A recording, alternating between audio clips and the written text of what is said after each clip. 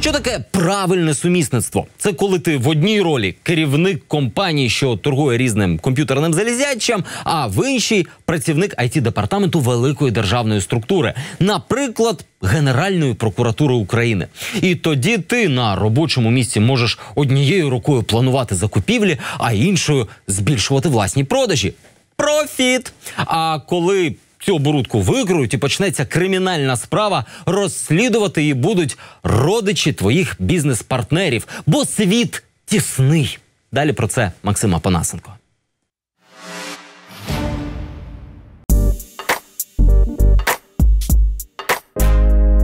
Якщо не можеш щось побороти, очолюй. Цей давній принцип успішно використовують українські чиновники і силовики, але з невеличкою поправкою, бо для чого очолювати, якщо можна просто передахувати?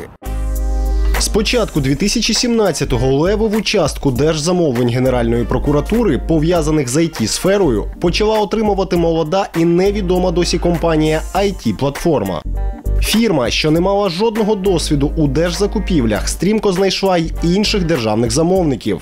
А каса юної IT-платформи тим часом перевалила за 150 мільйонів гривень. Понад 30 з яких компанії сплатила Генпрокуратура. За техпідтримку інформаційних систем, постачання ліцензій і навіть розвиток ЄРДР. Того самого реєстру, в який внесені всі досудові розслідування правоохоронних органів. Як новачку на IT-ринку вдалося отримати такі підряди? Розшукавши офіс компанії, ми зрозуміли – новачок вона лише формально. Радше молодий клон вже відомого гравця. Гравця, діяльність якого розслідує сама ж Генпрокуратура. Вулиця Підгірна. Тут прописаний новий IT-улюбленець ГПУ. Сіра і звичайна офісна будівля в столиці. Але зі своїм секретом. Дуже зручно мати офіс, який виходить одразу на дві вулиці. Це Печеніська, а ось тут починається вже Підгірна. Будівля одна, а адреси зовсім різні. Та вхід до офісів один. Ось тут, на Печеніській. І веде він не лише до нового підрядника ГПУ, а й до колишнього ветерана IT-закупівель – фірми BMS Consulting. Після Майдану розслідування проти БМСу почали Служба безпеки та Генпрокуратура. Перші підозрюють BMS Consulting у ненаданні послуг, за які у 2012-2015 роках сплачувалися десятки мільйонів державних гривень. Другі – у змові зі службовцями ГПУ і завищених цінах на тендерах. У липні 2016-го своє слово сказав Світовий банк. Тут повідомили про відсторонення ряду українських IT-компаній від своїх тендерів через виявлені факти корупції. І однією з цих фірм була BMS Consulting. Тоді все це айтішне суспільство було таке шоковане насправді. Тому що БМС був така велика фірма, яка постійно вигравала і так далі. І тут раптом цілий Світовий банк забороняє. Те, що він її там покарав, штрафував, це таке, а головне, що він їй заборонив брати участь в тендерах наступних Світового банку. Держзамовлень у BMS Consulting поменшало і скоро майже не стало. Та за місяць після заяви Всесвітнього банку було зареєстровано IT-платформу в будівлі, де базувався BMS Consulting, і вихідцями з неї. Адже бенефіціарами засновника юного переможця держтендерів вказані колишні співробітники скандального BMS Consulting. А от з директором IT-платформи Костянтином Лосінським ми познайомимо вас детальніше. Бо тут починається найцікавіше. Це прізвище ми знаходимо не лише в документах компанії, але й в переліку електронних декларацій Нацагентства із запобігання корупції. Лосінський подав її після звільнення з Генеральної прокуратури. На наш запит у Генпрокуратурі відповіли, що Костянтин Лосінський протягом 5 років працював в управлінні інформаційних технологій, тобто завідував IT-сферою. Аби бути переконаними в тому, що директор IT-платформи і колишній службовець ГПУ – це одна і та сама людина, ми попросили надати копію письмової декларації. Під нею підпис Лосінського, а ось тут його підпис вже як директора IT-платформи. Вони ідентичні. Тобто Лосінський працював айтішником в Генпрокуратурі в той період, коли БМС Консалтинг за підозрою самої ж ГПУ реалізовувала тут свої схеми. А нині екс-айтішник ГПУ разом з колишніми співробітниками БМСу заробляє на тендерах знову ж таки Генпрокуратури. Протягом тижня ми намагалися поспілкуватися з Лосінським. Чекайте, Та-да-да. вже передам. Давайте ваш контакт, навіть. Давайте. Не перетелефонував. Костянтин Сергійович Лосінський є на місці? Секундочку. Я вижу, что его сейчас нет в офисе. Ага, я Думаю, наверное, он где-то на встрече нам. Аж раптом нам повідомили. Директор звільнився. Доброго дня, це компанія IT-платформа. Да.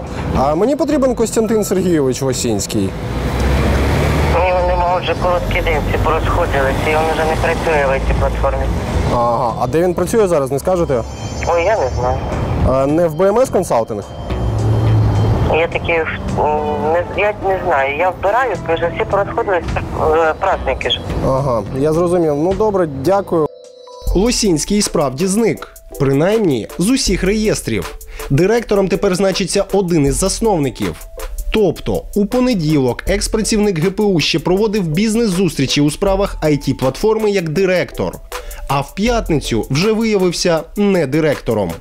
Чи не через нашу цікавість? Щось пояснювати не захотіли і у БМС Консалтингу. Та нові старі приватні підрядники ГПУ пов'язані не лише з прокуратурою, а й з Нацполіцією. Вона, до речі, теж встигла порозслідувати справу БМС Консалтингу. У березні 2017-го Генеральна прокуратура забирає справу у Служби безпеки і передає її Головному слідчому управлінню Національної поліції. В переліку слідчих цього управління фігурує Андрій Миколайович Палєна. У соцмережах він у друзях Наталі Палєна, співробітниці БМС Консалтингу. Її сестра Тетяна Палєна нині очолює фірму засновника IT-платформи. Найвірогідніше, слідчий з управління, яке веде розслідування щодо компанії, двоюрідний брат співробітниць цієї фірми. Але це потрібно перевірити. Тетяну Палєна зустрічаємо під вже знайомим офісом на Печеніській Підгірній. Вона неохоче відповідає на питання. Я не хочу, щоб мене показували по телебаченню. Але підтверджує зв'язок з БМС Консалтингом. Ви працювали чи досі працюєте в БМС Консалтинг? Я працювала, але зараз не працюю. А ваша сестра, пані Наталя Палєна, досі Я там без працює? коментарів, чесно. Аби підтвердити інформацію про двоюрідного брата при погонах, ми навмисно не запитуємо, а стверджуємо. Ваш двоюрідний брат Андрій Палєна, він працює в Головному слідчому управлінні Нацполіції, яке розслідує справу компанії БМС Консалтинг. Ви там раніше працювали, а зараз в цьому ж офісному приміщенні ви представляєте фактично IT-платформу, яка заробляє на тендерах Без Генпрокуратури. коментарів, я дуже перепрошую, але я не можу. Ну просто підтвердіть або так, або ні. Без коментарів. Схоже, ми були праві, а от родичу слідчому виявилося не смішно. Головному слідчому управлінні передали справу по IT-компанії БМС Консалтинг. Вам відома ця назва? Ваші обидві двоюрідні сестри там працювали, Наталя Палєна і Тетяна Володимирівна Палєна. Ні. Вам цього невідомо, так? І те, що ця справа знаходиться в Головному слідчому управлінні, де ви працюєте, вам так само невідомо, так? А тепер спробуємо все дуже спростити. Тендерну діяльність однієї компанії розслідує Генпрокуратура і Нацполіція. Пов'язані з ними особи створюють другу фірму разом з працівниками першої і знову починають заробляти на тендерах. І, схоже, непогано заробляти. IT-платформа вже також встигла відзначитись у справі із завищенням цін на тендерах. Минулоріч слідчі встановили, що фірма продала Ощадбанку обладнання на майже 48 мільйонів гривень. Таке ж обладнання IT-платформа нібито придбала у іншої компанії. Дешевше. Тій у третьої і так далі. Таким чином, різниця в ціні, за думкою слідства, становила понад 14 мільйонів гривень.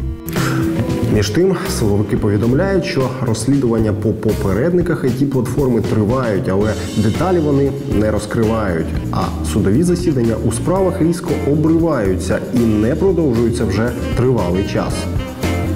Та якщо IT-платформа просто продовжує справу BMS Consulting, постачає задорого і має зв'язки з силовиками, то останні, за логікою, повинні мати з цього прибуток. Але в електронній декларації слідчого Андрія Палєна суцільна скромність. У Києві його родина власного житла нібито не має, а орендує. Ось тут, у доволі скромній частині столиці, на Троєщині. У січні тесть Андрія Палєна Леонід Бляхман став власником одразу 2 квартир та 2 паркомісць в одному з найдорожчих житлових комплексів Києва – Новопечерських Липках.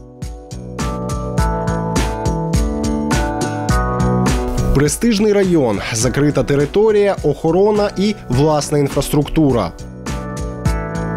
Жодного бізнесу в тестя ми не знайшли. Зате знайшли ціни на ідентичні за площами квартири у Новопечерських Липках на вторинному ринку. Це мінімум $500 000 за обидві.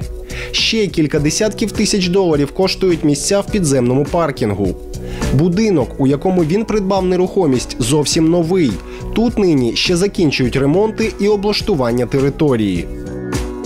На батьків подружжя слідчого записані й 2 автомобілі Nissan Qashqai та Nissan Juke. Але користуються машинами не батьки, а слідчий з дружиною. Ось, наприклад, дружина Палєна сідає в батьківський Жук. На цьому ж авто ми фіксували її ще кілька разів. Пояснити все це міг би сам слідчий. Питання по вашій нерухомості. Ваш тесть, який живе в Маріуполі, в січні став власником 2 дуже дорогих квартир на Драгомирова. Це для вашої родини куплене, бо він не мешкає в Києві. Ви не хочете з нами спілкуватися, так? Ну, я не знаю, кто вы, что я должен с Я вами представився, разговаривать. Максим Опанасенко, програма «Наші Вы не гроші». предъявили никаких документов. Якщо я покажу документи, ви з нами поговорите? Я спешу. Ну так ми ж поки йдемо разом. Тут 2 дуже короткі Ну, я питання. еще раз говорю, я спешу. Врешті, діалог доходить до абсурду. Напишите письменный запрос, обоснуйте свои вопросы и получите на них ответ. А на якусь вашу особисту пошту чи куди надсилати? Есть адресы. На яку? На яку адресу? Ну, вы же установили какие-то данные, точно так же установите, куда это писать. Поспішав Палєна до записаної на батька автівки.